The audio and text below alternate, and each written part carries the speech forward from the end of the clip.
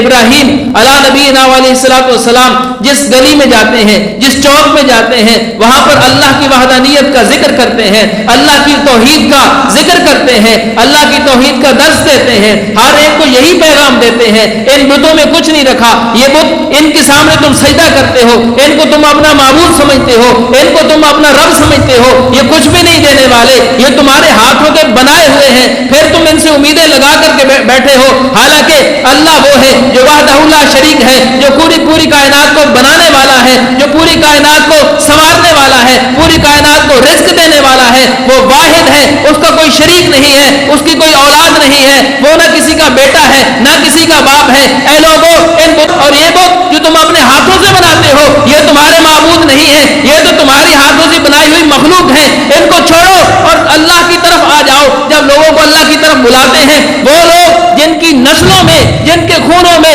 بتوں کی پوجا پہنچ چکی تھی اور وہ بتوں کی پوجا کو چھوڑنا نہیں چاہتے تھے، وہ لوگ پہلے تو حضرت ابراہیم کی عزت کرتے تھے، لیکن اب وہ آپ کے دشمن بننے نظر آتے ہیں اور آپ پر ظلم و جبر کرنا شروع کر دیتے ہیں، یہاں تک کہ معاملہ بڑھتا جاتا ہے۔ لیکن اللہ کی محبت میں حضرت ابراہیم علیہ نبینا علیہ الصلوۃ والسلام اس قدر پیوست ہیں، اس طرح اللہ کی محبت اپنے سینے میں بسائے ہوئے ہیں۔ دنیا کی جتنی تکالیف آتی ہے، جتنی پریشانی آتی ہے، لوگ جتنا ستاتے جاتے ہیں، آپ کی محبت اور زیادہ بڑھتی چلی جاتی ہے۔